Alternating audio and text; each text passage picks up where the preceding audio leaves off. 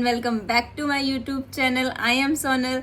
तो guys, in today's video I am going to shoot another study vlog. But guys, आपके साथ भी ऐसा होता है कि आपको भी किसी किसी दिन ऐसा फील होता है कि हमारा मन तो कर रहा है स्टडी का बट एनर्जी बहुत डल हो रही है।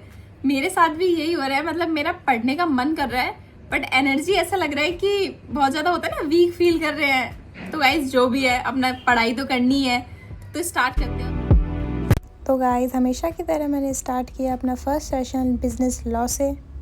जितनी भी एसेंशियल चीज़ें होती हैं जो मेरे को चाहिए होती हैं स्टडी करते टाइम, वो मैं सारी एक ही जगह कलेक्ट करके रख लेती हूँ।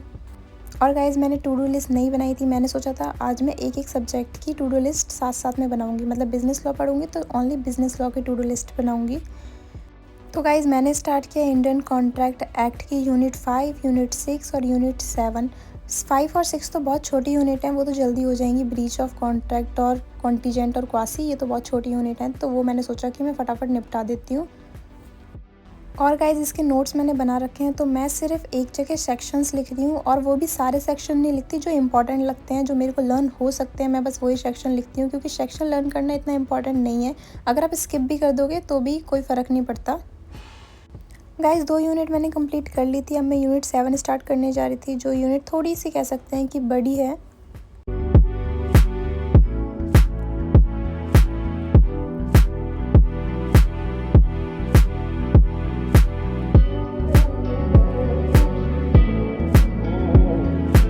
और गाइज़, कमेंट में आप भी बता देना कि बिज़नेस लॉ आपका कैसा चल रहा है, आप किस टीचर से स्टडी कर रहे हो, कितना सिलेबस आपका कंप्लीट हो चुका है, और कोई टिप्स वगैरह हो तो वो भी आप मेरे को कमेंट में दे सकते हो।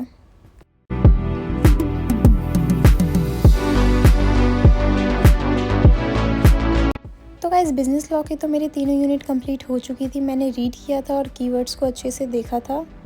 देन मैंने सेकंड सेशन लिया अपना अकाउंटिंग का। उसकी भी मैंने टू डू लिस्ट बनाई। मेरे को एक चैप्टर कंप्लीट करना था, उसकी 1 शॉट, और उसके ही 10th क्वेश्चन करने थे। करने से पहले मैंने सोचा मैं थोड़ी एनर्जी ले लेती हूँ, जूस वगैरह पी लेती हूँ। तो गाइज़, मैं अकाउंट्स और इको के लिए तो हार्दिक सर को ही फॉलो करती हूँ, और मेरे से जितने नोट्स हो सकते हैं, इंपॉर्टेंट पॉइंट्स हो सकते हैं, वो मैं साथ ही साथ लिख लेती हूँ कि मेरे को बाद में 1 शॉट देखनी ना पड़े उसी चैप्टर की सेम टू सेम। और गाइज़, ये चैप्टर छोटा था, आप कह सकते हो इसमें बस जर्नल एंट्रीज़ थे, बाकी तो कुछ था नहीं इस चैप्टर में। तो मैंने सारी चीज़ें लिख ली। मैं बुक्स में लिख लेती हूँ कि कौन से इंपॉर्टेंट क्वेश्चंस हैं, या फिर उस क्वेश्चन में क्या क्या इंपॉर्टेंट पॉइंट है। जब पेपर आएंगे तो रिवीजन करते टाइम मेरे को पता चल जाए, इसलिए।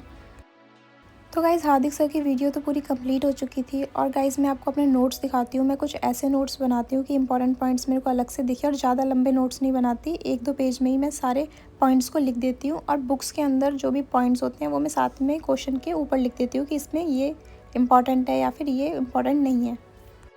तो गाइज़, 2 सेशन लेने के बाद मैं थोड़ा बेड से उठी, थोड़ा मैंने सोचा मैं वॉक कराती हूँ, तो मैं छत पे गई और थोड़ी सी वॉक वगैरह की।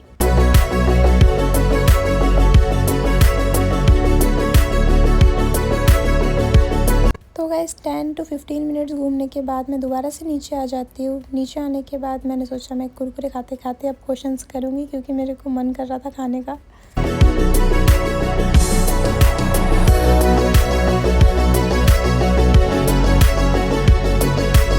तो गाइस, थोड़े बहुत खाने के बाद कैलकुलेटर ले लिया, क्योंकि कैलकुलेटर तो मस्ट है अकाउंट्स के क्वेश्चंस निकालते टाइम। और गाइस, इस चैप्टर में 10 ही इलस्ट्रेशन थी, और मेरे को 10 की 10 कंप्लीट करनी थी, तो सारी मैंने पहले इलस्ट्रेशन कंप्लीट करी।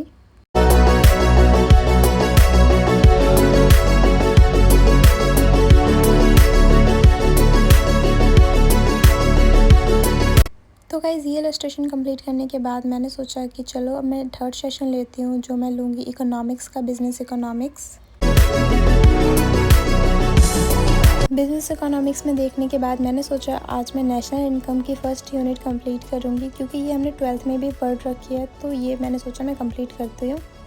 तो इसके लिए भी मैंने हार्दिक सर की वीडियो ही फॉलो कर ली, और मैंने साथ साथ नोट्स भी बना लिए इस चैप्टर के। इसमें फॉर्मूलेस वगैरह ज़्यादा है as compare to theory.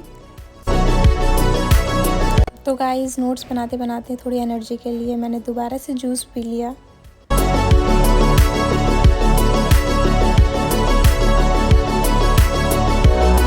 But guys, video थोड़ी ही कंप्लीट हुई थी, और मैंने देखा कि मेरे फ़ोन की बैटरी डेड हो चुकी है, मतलब बहुत ज़्यादा लो हो चुकी है।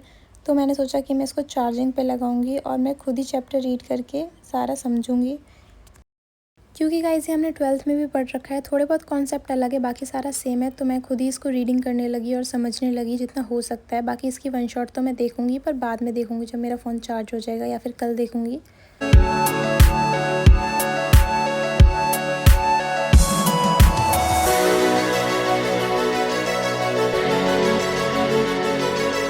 तो गाइज़ यूनिट फर्स्ट तो मेरी कंप्लीट हो चुकी थी। अब मैं इसके मॉड्यूल के एमसीक्यू लगाती हूँ। ओनली मॉड्यूल्स के एमसीक्यू लगाऊंगी, बाकी जो टेक्स्ट मैन के मैं बाद में लगाती हूँ वो मैं कभी और लगाऊंगी, क्योंकि उसमें बहुत ज़्यादा एमसीक्यू होते हैं।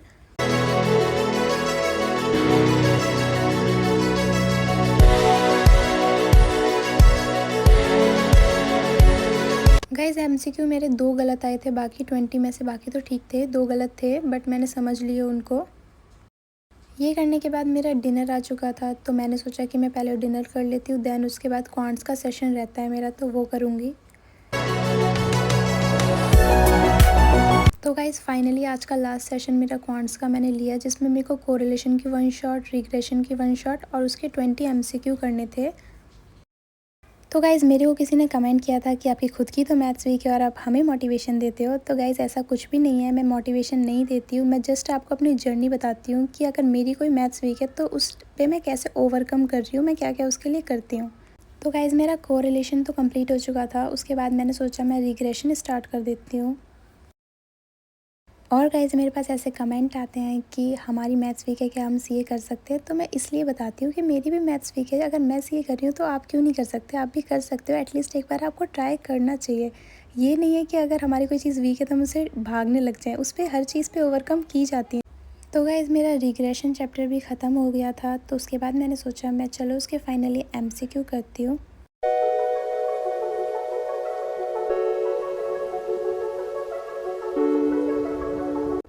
तो गाइज़ मैंने उसके एमसीक्यू स्टार्ट कर दिए। गाइज़ 20 एमसीक्यू करने थे, इसमें भी मेरे 4-5 एमसीक्यू गलत आए थे, तो मैंने उसको देखा और सही किया।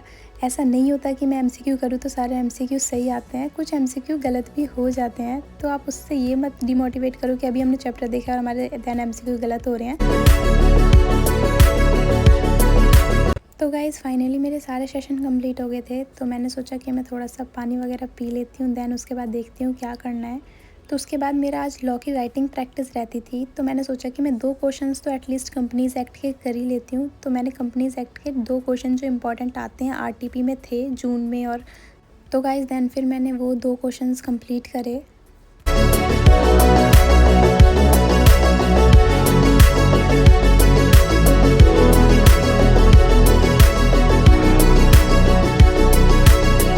और इन क्वेश्चंस को मैं थोड़ी अच्छी राइटिंग में ही करती हूँ कि मेरे को पता चल जाए कि मेरे को कैसी प्रेजेंटेशन वहाँ पे करनी है। तो गाइज़ ये भी मेरा कंप्लीट हो चुका था। उसके बाद मैंने सोचा कि मेरा 9 जून को कॉलेज का एग्ज़ाम है, तो मैं उसका भी थोड़ा पढ़ लेती हूँ। पर मेरा गाइज़ हिंदी का एग्ज़ाम था, तो मैंने उसकी 1 शॉट लगाई। थोड़ी देर मैंने 1 शॉट देखी तो मेरा सर दर्द होने लगा। और गाइज़ अगर मेरे सर में दर्द होने लग जाता है या फिर मेरी तबीयत ख़राब लगती है तो उसके बाद मैं स्टडी नहीं करती हूँ, क्योंकि कोई फ़ायदा नहीं होता, समझ नहीं आती हैं चीज़ें। गाइज़ उसके बाद मैंने अपनी स्टडी टेबल को ऑर्गेनाइज़ कर दिया अच्छे से, जो भी चीज़ें जहाँ पे सेट करनी होती हैं वो सारी सेट करके रख दी। स्टडी टेबल ऑर्गेनाइज़ करने के बाद मैंने थोड़ा सा स्किन केयर किया, skin care like face wash किया ओनली। और guys bye bye, good night, take care. फिर मैं सोने चली गई थी।